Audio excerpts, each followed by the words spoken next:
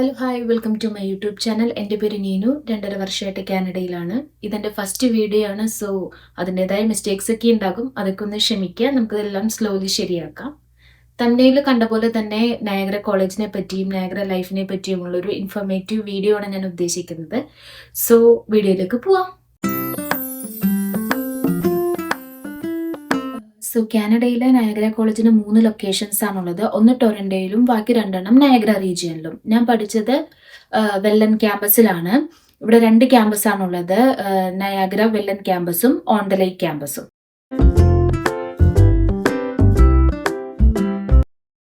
വെല്ലൻ campus ആയാലും on the lake campus ആയാലും രണ്ടും സ്റ്റുഡൻറ് ഫ്രണ്ട്ലി ക്യാമ്പസ് ആണ്.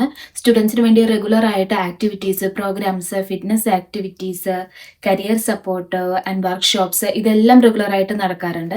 ഞാൻ മറന്നു പോകാതിരിക്കാൻ വേണ്ടിയിട്ട് നോട്ട്സ് ചെയ്ത് വെച്ചിട്ടുണ്ട് കേട്ടോ. എന്നെ ഏറ്റവും കൂടുതൽ ഹെൽപ്പ് ചെയ്തൊരു കാര്യം, ഇന്റർനാഷണൽ സ്റ്റുഡൻസിന് വേണ്ടിയിട്ട് ഇന്റർനാഷണൽ ഡെസ്ക് പ്രവർത്തിക്കുന്നുണ്ട്. ഫുൾ വർക്കിംഗ് അവേഴ്സിൽ അവരുണ്ടാകും. സോ നമുക്ക് വേണ്ട visa support, academic support, work related questions, mental health, ഇതിനെല്ലാം അവർ ഒരുപാട് ഗൈഡ് ചെയ്യുന്നതായിരിക്കും. മോസ്റ്റ് ഇമ്പോർട്ടൻ്റ്ലി എന്താണെന്ന് വെച്ചാൽ എല്ലാ ഭാഷയിലുള്ള കൺസൾട്ടൻറ്റും അവിടെ ഉണ്ടാകും. സോ ഇംഗ്ലീഷ് ഫ്ലുവൻ്റ് അല്ലാത്ത സ്റ്റുഡൻസിന് അത് വളരെ ഹെൽപ്ഫുൾ ആണ്. നയാഗ്ര റീജിയനിൽ പാർട്ട് ടൈം ജോബ് അവൈലബിൾ ആണ്. അതൊരു ടൂറിസ്റ്റ് ഏരിയ ആണ്. സോ സമ്മർ സീസണിൽ ഒരുപാട് restaurants, hotel, gift shop, attractions ഒക്കെ ഓപ്പൺ ആകും. അപ്പോൾ ഒരുപാട് ജോലി സാധ്യതകളുണ്ട്. പക്ഷെ വിന്റർ സീസൺ ആകുമ്പോൾ, എക്സ്പെഷ്യലി ഡിസംബർ, ജാനുവരി, ഫെബ്രുവരി, മാർച്ച് മാസങ്ങളാകുമ്പോൾ പാർട്ട് ടൈം ജോബൊക്കെ ഒന്ന് ഡൗൺ ആകും. അപ്പൊ സോ കുറച്ച് പേഷ്യൻസ് വേണം, കിട്ടും. എന്നാലും ആ സമയത്ത് കുറച്ച് പേഷ്യൻസ് വേണം ജോബ് കിട്ടാനായിട്ട്. ഞാൻ പേഴ്സണലി കണ്ടുവരുന്ന ഒരു കാര്യം എന്ന് പറഞ്ഞാൽ, അവിടെയുള്ള ഒട്ടുമിക്ക ഹോട്ടലിലും റെസ്റ്റോറൻറ്റിലും ഒക്കെ ഇന്ത്യൻസ് ആണ് പാർട്ട് ടൈം ജോബ് ചെയ്യുന്നത്. സോ പാർട്ട് ടൈം ജോബ് കിട്ടുമോ എന്നൊരു സംശയം ചോദിച്ചാൽ കിട്ടും, എന്തായാലും കിട്ടും. പക്ഷെ അത് സീസൺ അനുസരിച്ചൊക്കെ ഇരിക്കും. അതായത് സമ്മർ സീസണിലാണ് വരുന്നതെങ്കിൽ പെട്ടെന്ന് കിട്ടാനുള്ള സാധ്യത കൂടുതലാണ്. വിന്ററിലാണ് വരുന്നതെങ്കിൽ അതനുസരിച്ച് കുറച്ച് സ്ലോ ആകും. സോ ശ്രമിച്ചാൽ കിട്ടും, കുറച്ച് പേഷ്യൻസ് വേണം എന്ന് മാത്രം. ഇപ്പോൾ പേഴ്സണലി എൻ്റെ കാര്യം പറയുവാണെങ്കിൽ, ഞാൻ വന്നത് വിന്റർ ഇൻടേക്കിലാണ്. സോ എനിക്ക് ജോലി കിട്ടിയത് ഏപ്രിൽ ലാസ്റ്റോടെയാണ് എനിക്ക് ജോലി കിട്ടിയത്. പക്ഷെ എൻ്റെ ഫ്രണ്ട്സിനെ കുറച്ച് നേരത്തെ കിട്ടി. സോ ചിലവർക്ക് കിട്ടും, ചിലർക്ക് ഇത്തിരി വൈകി കിട്ടും. അത് നമ്മുടെ communication skill, availability, confidence, season അതൊക്കെ അനുസരിച്ച് ഒന്ന് വേരി ചെയ്യും. സോ ഓവറോൾ പറഞ്ഞാൽ നയാഗ്ര റീജിയനിൽ പാർട്ട് ടൈം ജോബ് കിട്ടാൻ ഈസിയാണ്. ട്രാൻസ്പോർട്ടേഷനെ പറ്റി പറയുവാണെങ്കിൽ, നയാഗ്ര കോളേജ് സ്റ്റുഡൻസിന് വലിയൊരു അഡ്വാൻറ്റേജ് ആണ്. നമുക്ക് ട്രാൻസ്പോർട്ടേഷൻ ഫ്രീ ആണ്. നമുക്ക് കോളേജിൽ നിന്ന് പബ്ലിക് ട്രാൻസ്പോർട്ടേഷൻ്റെ പാസ് കിട്ടും. സോ അത് ഓൾറെഡി ഫീസിൽ ഇൻക്ലൂഡഡ് ആണ്. അപ്പോൾ നമുക്ക് നോ എക്സ്ട്രാ കോസ്റ്റ്. സോ നമുക്ക് ഒരുപാട് എക്കണോമിക്കലാണ് പബ്ലിക് ട്രാൻസ്പോർട്ട് യൂസ് ചെയ്യുന്നതിന്. ഊബറും ലിഫ്റ്റ് ഒക്കെ അവൈലബിൾ ആണ്. പക്ഷെ അതൊന്നും ആസ് എ സ്റ്റുഡൻറ് നമുക്കത് അഫോർഡ് ചെയ്യാൻ പറ്റില്ല. സോ മോസ്റ്റ്ലി എല്ലാ സ്റ്റുഡൻസും യൂസ് ചെയ്യുന്നത് പബ്ലിക് ട്രാൻസ്പോർട്ടേഷൻ ആണ്. ആൻഡ് അതിനുള്ള പാസ് നമുക്ക് അവൈലബിൾ ആണ്. സോ ട്രാൻസ്പോർട്ടേഷൻ കോസ്റ്റ് ഓൾമോസ്റ്റ് ഇല്ലാത്ത പോലെയാണ്. പക്ഷെ അത് നമ്മുടെ ചോയ്സ് അനുസരിച്ചാണ്. ചിലവർക്ക് ബസ്സിൽ യാത്ര ചെയ്യാൻ താല്പര്യം ഉണ്ടാവില്ല. ഇവിടെ പറയുവാണെങ്കിൽ, ഇപ്പോൾ ഞാൻ താമസിച്ചിരുന്ന സ്ഥലത്ത് നിന്ന് കോളേജിലേക്ക് ഓൾമോസ്റ്റ് 1 hour ട്രാവലിംഗ് ഉണ്ടായിരുന്നു. പക്ഷെ അത് നമുക്ക് ഒട്ടും ഫീൽ ചെയ്യത്തില്ല. വളരെ കംഫർട്ടബിൾ ആണ് ട്രാവലിംഗ്, ബസ്സിൽ ട്രാവൽ ചെയ്യാനായിട്ട്. സോ ആസ് എ സ്റ്റുഡൻസ് നമ്മൾ പബ്ലിക് ട്രാൻസ്പോർട്ടേഷൻ യൂസ് ചെയ്യുന്നതാണ് നല്ലത്. അതിന്റെ പാസ് ഓൾറെഡി നമ്മുടെ ഫീസിൽ ഇൻക്ലൂഡഡ് ആണ്.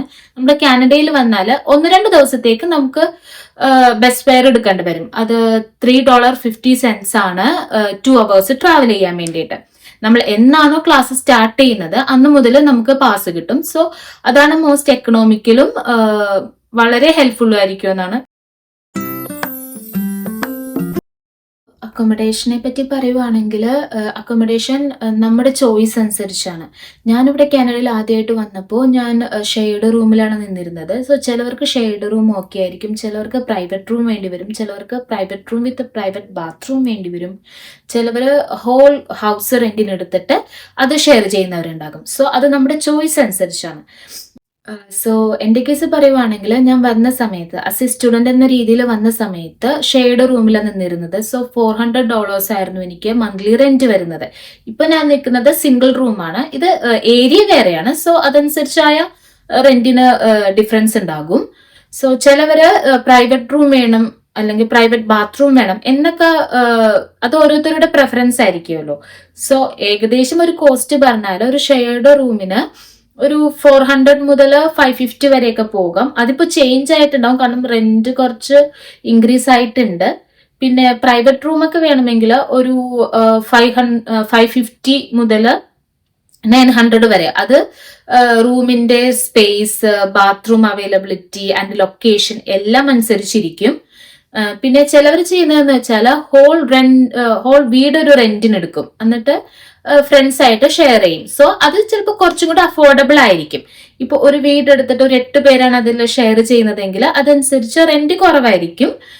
പക്ഷേ അതിലുള്ളൊരു നെഗറ്റീവ് എന്താന്ന് വെച്ചാൽ, ഇപ്പോ ഒരാള് അവിടെ നിന്ന് ലൊക്കേഷൻ മൂവ് ആയി എന്ന് വെച്ചാല് അപ്പൊ ആ റെന്റ് ബാക്കിയുള്ളവർ സ്പ്ലിറ്റ് ചെയ്യേണ്ടി വരും.